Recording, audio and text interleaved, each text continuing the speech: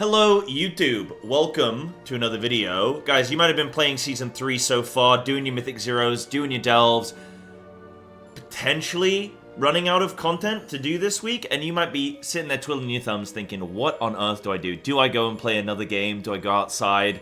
No. I've got a sick solo challenge for you in case you haven't seen it yet.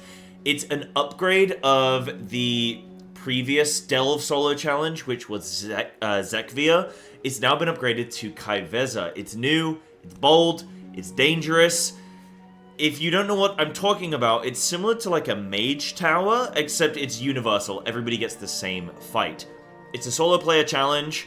That's all you need to know. I'm not going to show any of the fight mechanics. I'm just going to talk about how to unlock it, and then I'll talk about maybe some tips and tricks.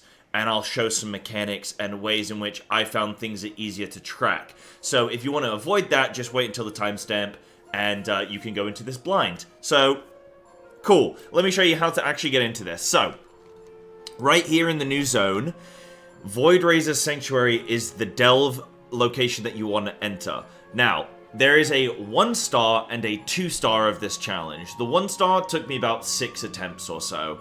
The 2-star, I've done about 80 attempts, and I have had a 2% best pull. So, super close to the kill, but not quite there yet. So, it's quite a bit of a step up, the 2-star.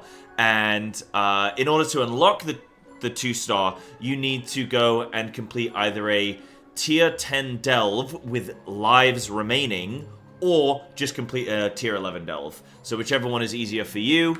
You can then come here in this location, this delve, and you jump through the curtain. I got a little bit confused at first because it's like, I wouldn't have thought that you could enter here, but apparently you can. So you then get the option of 1 or 2-star.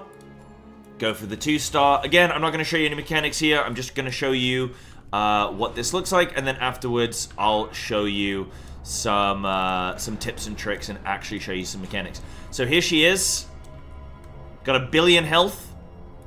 And it's just a solo player challenge. This is a bad idea. Cool. So now that you know how to get here, I'm actually going to talk to you about some of the mechanics. So this is the point to maybe switch off if you don't want to have anything spoiled for you. Make sure you still give the video a like and subscribe and all that kind of stuff though. Thank you. Okay, so first things first, when you actually come into the delve and you die and respawn, Bran will put up a feast that gives you 5% main stat. So I think that's really worth grabbing every single time you die, when you're maybe getting close to a kill point maybe. Now the actual mechanics of the fight itself, so it's pretty consistent all the way down. She's going to start the fight by immediately doing these blades. It's very similar to Kyveza in the actual raid. This is just dodge, dodge, dodge. There's not really too much here to play around with.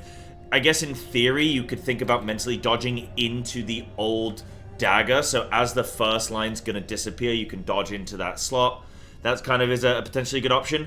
Next, you have to place a portal. Now, Bran is going to ensure that he always takes your portal spot. For whatever reason, he has disengaged, he's ranged, but he's still going to take the melee spot.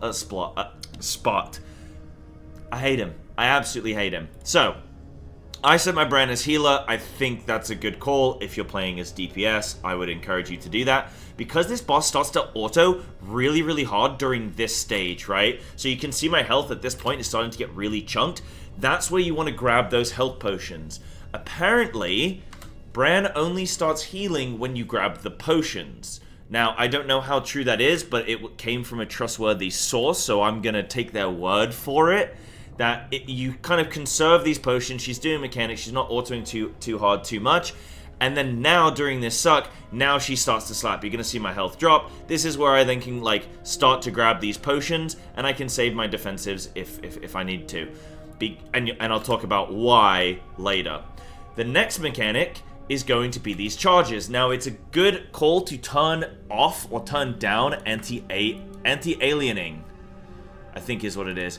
Anti-aliasing, if you turn it off, then it means that you can better see these shades. You have to face toward them, otherwise it's a guaranteed one shot. So the line is going to be displayed on you. They're going to spawn in a sequence, and you just want to face toward them. Now you can note that you have a red outline of the mob that's targeting you, and then another red outline on the next mob that's going to target you, okay? So first charge, then the second charge, and I can already see that this one's going to target me next. So I can already be planning where my turns are going to be.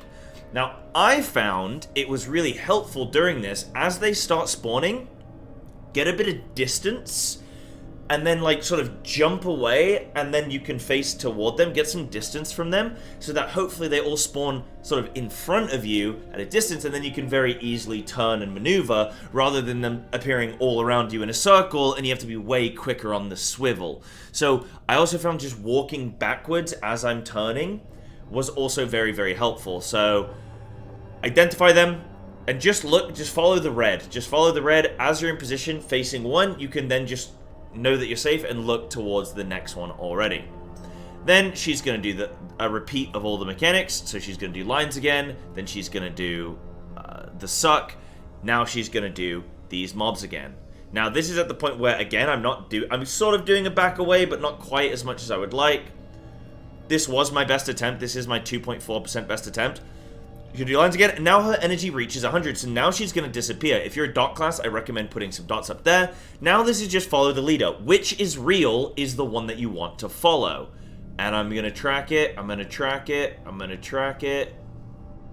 This one. Got it. Nice. Nailed it. I wiped at 2% because I lost track of this. It was 3 AM in my defense, and my eyes were tired. But then that's it. You can use these potions, like to just stagger, grab these potions so that you're always getting like healed from Bran. And then those are all of the sort of tips that I have for you. In terms of tracking the shade, there was a weak aura, which I think is completely insane that there's a weak aura, and it would tell you, but that got broken by Blizz, so that doesn't work anymore. So you don't need to do that. But you can probably just develop your own method for how best you track. You can, yeah, there's various ways, I'm sure, that you can learn to track that. But then it's just a repeat of every mechanic. I got it down to 2%. Didn't seem like she did anything different, anything new. It's not ultimately that hard, but okay, this is the point I wanted to note. Every intermission, she increases her damage up by 5% after every intermission. So there is a sort of soft enrage, not necessarily a hard enrage, and I found that I didn't need to really use my defensives that much. It was more so during the portal suck, then I would just need to grab the potions. Apart from that, I didn't really ever have to defensive too much. I would look to use a defensive just in case, because you find that you're getting sucked, it's hard to get to the potions sometimes, and then also you have to keep DPSing and everything, right? So you can take your eye off the ball a little bit. It also just allows you some more uptime on DPS, because that's ultimately, it is a DPS check fight. And, you know, the quicker you kill her, the easier it's going to be for you. It's about a 10-minute fight for me. Something like that. I think people are saying it's about 10 minutes. I know that tanks, it's about 12-ish minutes maybe. And then healers, I don't even know. I don't even know if healers are doing it. I think Automatic Jack is trying. Those are all of my tips. Those are all my tricks. Hopefully this has been, like, a little bit helpful here. Really, really fun challenge. Really fun challenge. I want to see Blizzard do a lot more of these. That we should be getting one of these every minor patch. There should be a new one of these. These solo player challenges, mage towers, all that kind of stuff.